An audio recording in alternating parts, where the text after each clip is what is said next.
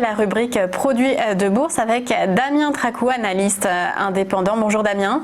Bonjour Aude. Vous allez nous présenter une stratégie d'investissement dans quelques instants, mais d'abord on s'intéresse aux indices, le CAC et les États-Unis. Oui, sur le CAC et sur les indices en règle générale, on observe un lent changement de psychologie. Souvenez-vous, ces dernières semaines, les investisseurs ignoraient les mauvaises nouvelles et bonifiaient les bonnes. Eh bien, aujourd'hui, ça semble s'inverser progressivement.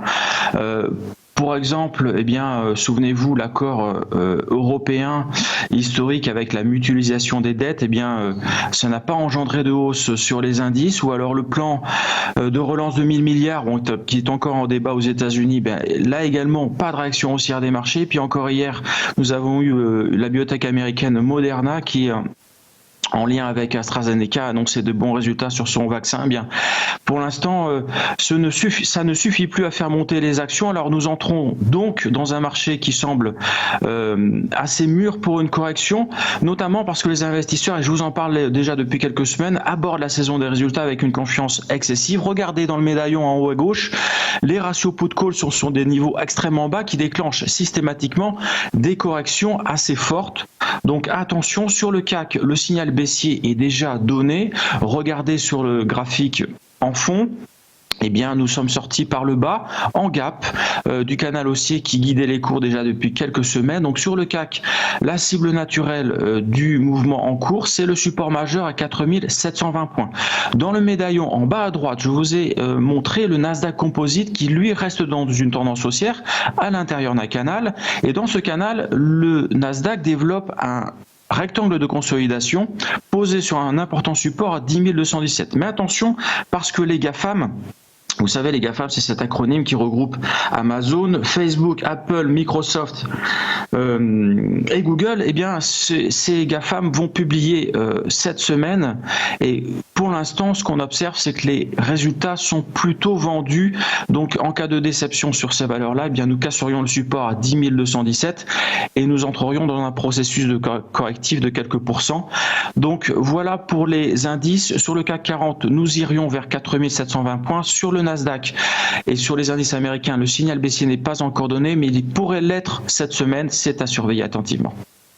Et la valeur sur laquelle va reposer votre stratégie aujourd'hui, c'est Klépierre, entreprise de l'immobilier de bureau et commercial, qui est forcément confrontée au bouleversement engendré par la crise sanitaire. Absolument, Aude. La pandémie est en train de bouleverser des pans entiers de notre économie et l'immobilier, effectivement, en fait partie. Alors, tout l'immobilier n'est pas touché. L'immobilier résidentiel résiste bien. L'immobilier logistique, ce sont les grands entrepôts pour les ventes à distance, en profitent. Mais par contre, l'immobilier de bureau est touché par le développement du télétravail, et l'immobilier commercial donc est également handicapé par les ventes à distance qui semblent prendre le pas sur les ventes dans les grands centres commerciaux. Et Klépierre est spécialisée malheureusement dans l'immobilier de bureau et l'immobilier commercial. Donc elle commence à souffrir. Regardez sa configuration graphique. Sur l'indicateur du bas, vous avez la force relative par rapport au CAC. Avant la pandémie, la force relative était neutre, c'est-à-dire qu'elle reproduisait la progression ou la baisse du CAC. Depuis la pandémie, sa force relative est orientée à la baisse, c'est-à-dire qu'elle sous-performe le CAC 40. Sur les prix, vous constatez que nous développons déjà depuis quelques semaines, depuis la crise de Covid-19, un large rectangle placé sous une résistance majeure à 22 €. Et à l'intérieur de ce rectangle, nous glissons progressivement vers le bas de cette figure, avec une médiane qui a récemment été cassée à 15,8.